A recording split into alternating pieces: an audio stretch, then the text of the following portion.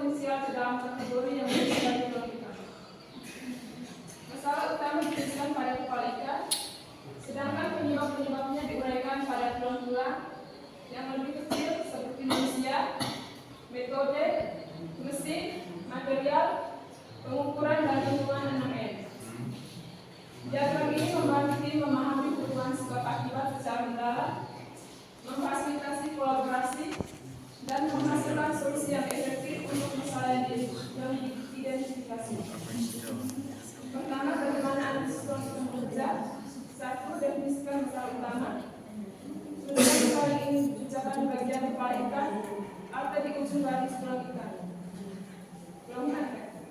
Yang kedua, identifikasi kategori penyebab utama.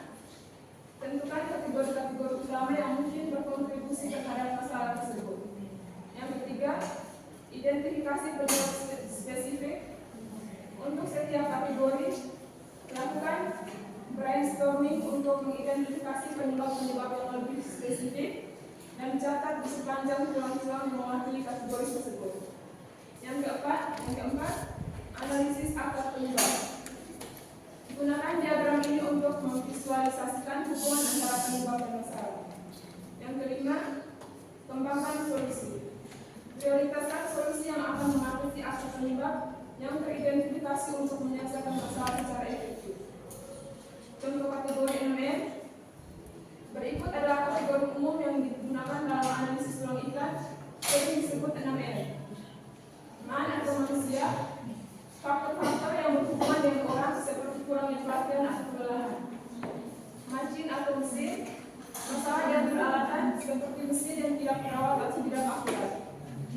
Metode atau metode, prosedur atau proses yang tidak efisien atau tidak diikuti dengan benar. Material atau material, kualitas bahan baku atau komponen yang digunakan. Measurement atau pengukuran, ketidakakuratan atau kesalahan dalam pengukuran.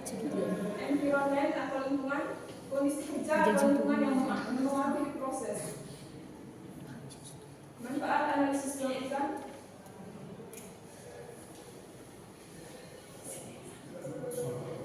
Memvisualisasikan masalah, menyediakan gambaran jelas tentang masalah dan penyebab potensialnya dalam satu tempat, mendorong kolaborasi tim, memfasilitasi brainstorming dan kerjasama tim untuk mengumpulkan berbagai perspektif, mengidentifikasikan akar penyebab, membantu menemukan penyebab mendasar suatu masalah bukan hanya gendalanya. Yang berikut, menyederhanakan pemecahan masalah, membuat proses analisis lebih struktur dan mudah dipahami. Langkah membuat analisis tulang ikan. Yang pertama, tentukan masalah utama, ditulis di kepala ikan. Yang kedua, buat garis horizontal tulang punggung. Yang ketiga, tentukan kategori penyebab utama tulang besar. Yang keempat, tambahkan faktor detail di tulang kecil. Yang kelima, analisis faktor mana yang paling berpengaruh. Yang keenam, tetapkan akar masalah dan cari solusinya. Berikut adalah contoh sederhananya. Masalah produk sering cacat. Pekerja kurang terlatih, kurang disiplin. Metode SOP tidak jelas, prosedurnya tidak diikuti. Mesin rusak atau jarang dirawat. Material, bahan baku berkualitas rendah. Measurement, standar uji tidak konsisten. Metode suhu ruangan terlalu panas atau kelembaban tinggi. Tujuan yang pertama, mengidentifikasi akar penyebab masalah. Yang kedua, menyusun faktor-faktor penyebab secara terstruktur. Yang ketiga, membantu tim berpikir kritis dan sistematis. Yang keempat, menjadi dasar pengambilan keputusan dalam perbaikan.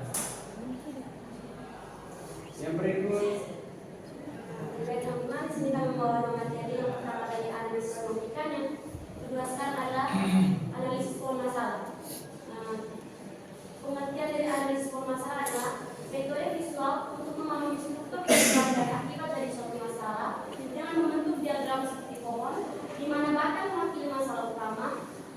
mewakili penyebab dan cabang mewakili dampaknya.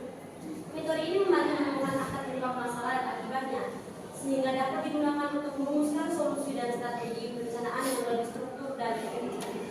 Adapun tujuan analisis masalah, yang pertama, memetakan anatomi masalah, memberikan gambaran jelas tentang bagaimana suatu masalah terkait dengan penyebab dan akibatnya. Yang kedua, mengidentifikasi penyebab, yaitu menemukan akar masalah atau penyebab utama, sehingga dapat diatasi secara tuntas. Yang ketiga, memvisualisasikan dampak, menunjukkan konsekuensi atau dampak yang timbul dari masalah tersebut. Yang keempat, merumuskan solusi, yaitu menjadi dasar untuk mengembangkan solusi dan strategi yang tepat sasaran. Adapun cara untuk membuat pokok masalah, yang pertama itu kita membuat identifikasi masalah utama. Dengan cara pertama, tentukan satu masalah inti yang ingin dianalisis dan letakkan di tengah sebagai bahan pokok. Yang kedua, identifikasi akar masalah. Diskusikan dan tuliskan berbagai penyebab mendasar yang berkontribusi terhadap masalah utama. Akar-akar ini akan menjadi bagian bawah pohon. Yang ketiga, identifikasi dampak atau akibat. Diskusikan dan tuliskan berbagai efek atau akibat yang muncul dari masalah utama. Dampak-dampak ini akan menjadi bagian atas pohon. Yang keempat, susun secara visual. Dengan cara gunakan diagram bentuk pohon, di mana batang adalah masalah utama, akar berada di bawahnya, dan cabang-cabang di atasnya adalah dampak-dampaknya. Manfaat analisis pohon masalah. Pertama itu perencanaan yang terstruktur, di mana membantu dalam proses perencanaan kebutuhan dengan menyusun masalah secara struktur. Yang kedua itu pemecahan masalah yang efektif, memungkinkan identifikasi masalah yang lebih rinci dan penyelesaian masalah yang lebih kompleks. Yang ketiga, komunikasi dan kolaborasi, di mana alat visual yang efektif untuk komunikasi tim dan pemangku kepentingan untuk memahami masalah bersama.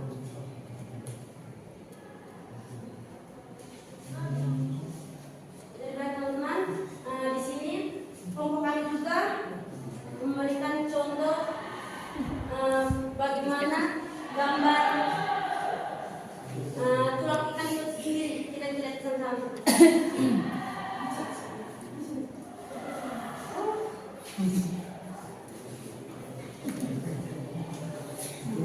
Dinamis gini.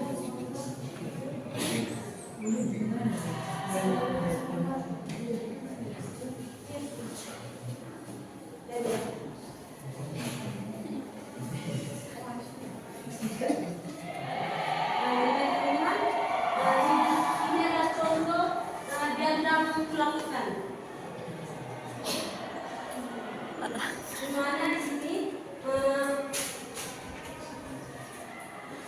dikembalikan secara efek ke masalah, dan dia menyebar ke tulang-tulang dari tulang utama. Dikategorikan ini sering diambil dari metode 6M, yaitu pertama men atau manusia, yang kedua mesin atau mesin, tiga metode atau metode, keenam material atau material, yang berbentuk measurement atau pengukuran, yang ke-8 environment atau lingkungan, yang ke-9 metode atau faktor yang berkaitan dengan tenaga kerja atau manusia. Ada pula contoh diagram pohon masalah.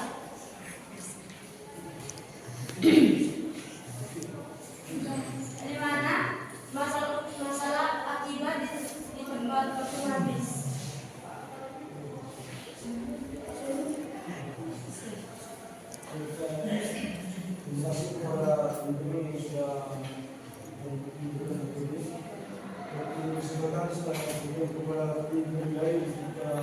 Memberikan nilai dan tambahan untuk sampaikan.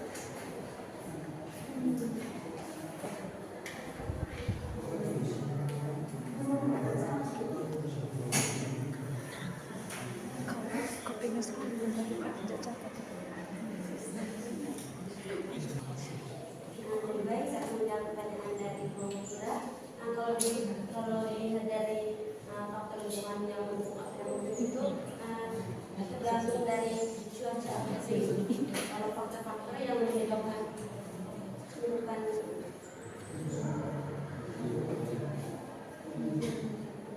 yang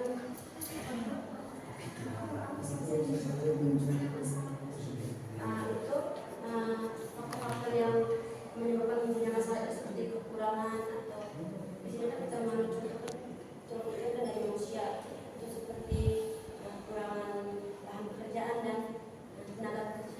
Sekian jawaban dari kami.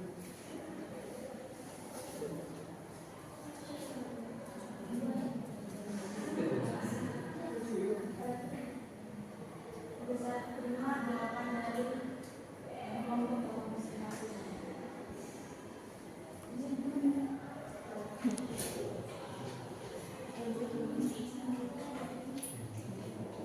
Saya memberikan dari 8 alasannya itu yang pertama presentasinya itu masih terpaku dengan teks.